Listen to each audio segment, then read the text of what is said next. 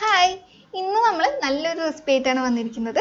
നമുക്ക് വളരെ സിമ്പിളായിട്ടും എളുപ്പത്തിൽ ഉണ്ടാക്കിയെടുക്കാൻ പറ്റുന്ന ഒരു പൊട്ടറ്റോ ഫ്രൈ ആയിട്ട് ചെയ്യുന്നത്. രണ്ടേ രണ്ട് ഇൻഗ്രീഡിയൻസ് മതി നമുക്കിത് ഉണ്ടാക്കിയെടുക്കാനായിട്ട്.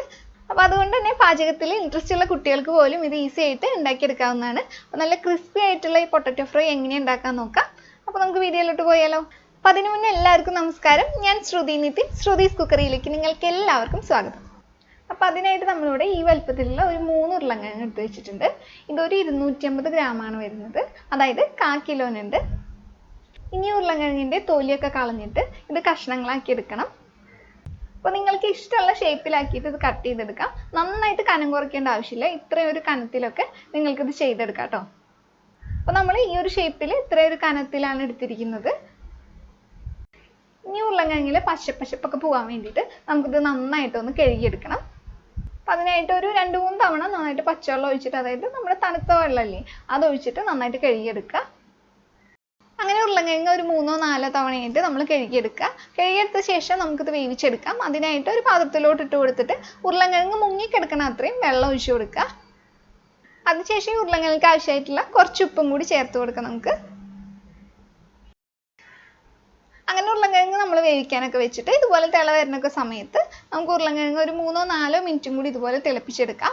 ഒരു 3 മിനിറ്റ് ഒക്കെ തന്നെ മതിയാവും. ഈ ഒരു കനത്തിലുള്ള കഷ്ണങ്ങൾക്ക് ഒരു 3 മിനിറ്റ് ഒക്കെ മതിയാവും കേട്ടോ. പിന്നെ കനം കൂട്ടുകയാണെങ്കിൽ ചിലപ്പോൾ കുറച്ചും കൂടി സമയം ഒന്ന് നിങ്ങൾ തിളപ്പിക്കേണ്ടി വരും. അപ്പോൾ ഒരു 4 മിനിറ്റ് ഒക്കെ എടുക്കാം. അല്ലെങ്കിൽ ഒരു 3 മിനിറ്റ് ഒക്കെ തിളപ്പിച്ചതിന് ശേഷം നമുക്ക് ഫ്ലെയിം ഓഫ് ചെയ്ത് കൊടുക്കാം. അപ്പോൾ പ്രത്യേകം ശ്രദ്ധിക്കേണ്ട, ഉരുളക്കിഴങ്ങ് നന്നായിട്ട് വേവേണ്ട ആവശ്യമൊന്നുമില്ല. ഒരു പകുതി വേവായാൽ മതിയാവും. അപ്പോൾ നമ്മൾ ഫ്ലെയിം ഓഫ് ആക്കിയിട്ട് നമ്മൾ പിന്നീട് ഈ ചൂടുവെള്ളം ഒന്ന് വാർത്ത് കളയാം നമ്മൾ.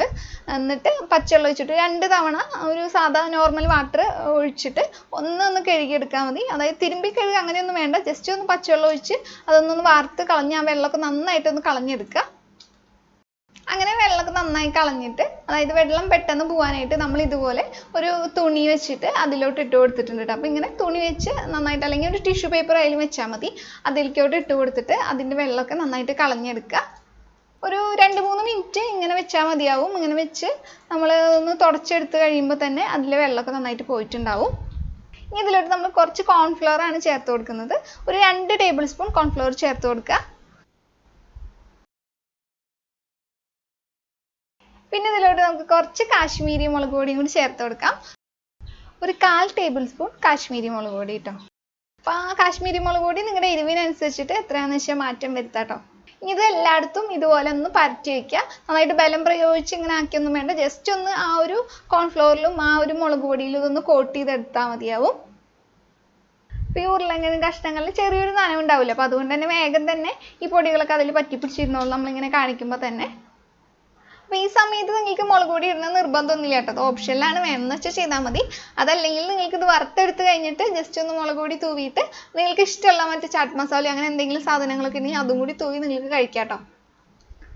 അപ്പോൾ ഇതുപോലെ നന്നായിട്ട് പരത്തി വയ്ക്കുക. പരത്തി വെച്ചതിന് ശേഷം നമുക്ക് ഇനി ഇത് എണ്ണയിലിട്ടിട്ട് പെട്ടെന്ന് തന്നെ വറുത്തെടുക്കാം. ഇനി കുറച്ച് നേരം വെക്കുക അങ്ങനെയൊന്നും വേണ്ട. അപ്പോൾ എണ്ണ നന്നായിട്ട് ചൂടായിട്ട് വരുമ്പോൾ നമ്മുടെ ഈ കഷ്ണങ്ങൾ ഓരോന്നായിട്ട് ഇട്ട് കൊടുത്തിട്ട് ഇതൊന്ന് വറുത്തെടുക്കാം. അപ്പോൾ എണ്ണയിലേക്ക് ഇട്ട് കൊടുക്കുമ്പോൾ ഓരോ കഷ്ണങ്ങളായിട്ട് നമ്മൾ ഇങ്ങനെ ഇട്ട് കൊടുക്കുക. ഇനി നന്നായിട്ട് ഫ്രൈ ആയിട്ട് വരുന്ന സമയത്ത് അത് നമുക്കൊന്ന് ജസ്റ്റ് എടുത്തൊന്ന് കഴിച്ച് നോക്കി അറിയാൻ പറ്റും. അങ്ങനെ ആ സമയത്ത് നമുക്കിത് എണ്ണയിൽ നിന്ന് എടുത്താൽ മതി. അപ്പോൾ നല്ല കിലുകിലും ഇങ്ങനെ ശബ്ദം കേൾക്കും. ആ ഒരു സമയത്ത് നമുക്കിത് എണ്ണയിൽ നിന്ന് വറുത്ത് കോരി എടുക്കാം.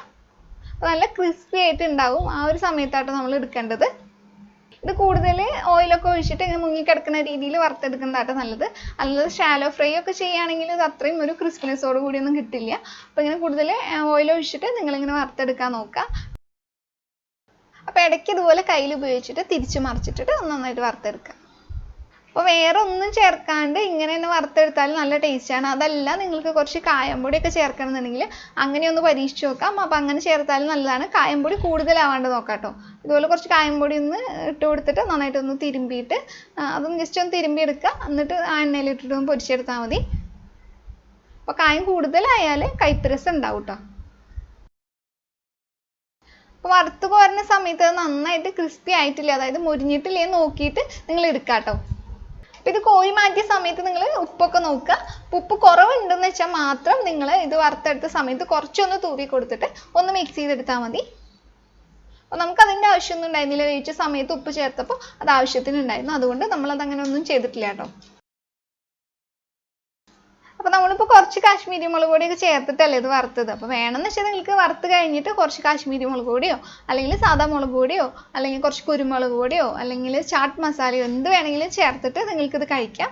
അതായത് വറുത്തെടുത്ത് കഴിഞ്ഞതിന് ശേഷം മുകളിലൊന്ന് തൂവിക്കൊടുത്ത് ജസ്റ്റ് ഒന്ന് മിക്സ് ചെയ്തെടുത്താൽ മതി. അങ്ങനെയായിട്ടും കഴിക്കാം കേട്ടോ. അത് നിങ്ങളുടെ ഇഷ്ടത്തിനനുസരിച്ചിട്ട് എങ്ങനെയാണെങ്കിൽ മാറ്റം വരുത്താം.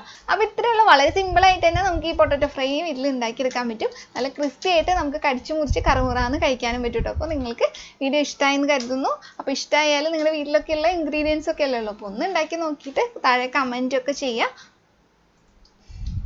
വീഡിയോ ഇഷ്ടമായെങ്കിൽ വീഡിയോയ്ക്ക് ലൈക്ക് ചെയ്യാനും അതുപോലെ തന്നെ മറ്റുള്ളവർക്ക് കൂടി ഷെയർ ചെയ്യാനും ചാനൽ സബ്സ്ക്രൈബ് ചെയ്തിട്ടില്ലെങ്കിൽ ഒന്ന് സബ്സ്ക്രൈബ് ചെയ്യാനും മറക്കല്ലേ കേട്ടോ. അപ്പോൾ വീണ്ടും മറ്റൊരു നല്ല റെസിപ്പിയിലൂടെ നമുക്ക് കാണാം. അതുവരെ നിങ്ങളെല്ലാവരും നല്ല ഭക്ഷണമൊക്കെ കഴിച്ച് ഹെൽത്തി ആയിട്ടും സന്തോഷമായിട്ട് തന്നെ ഇരിക്കുക. അപ്പോൾ വീണ്ടും കാണുന്നവരെ ബൈ.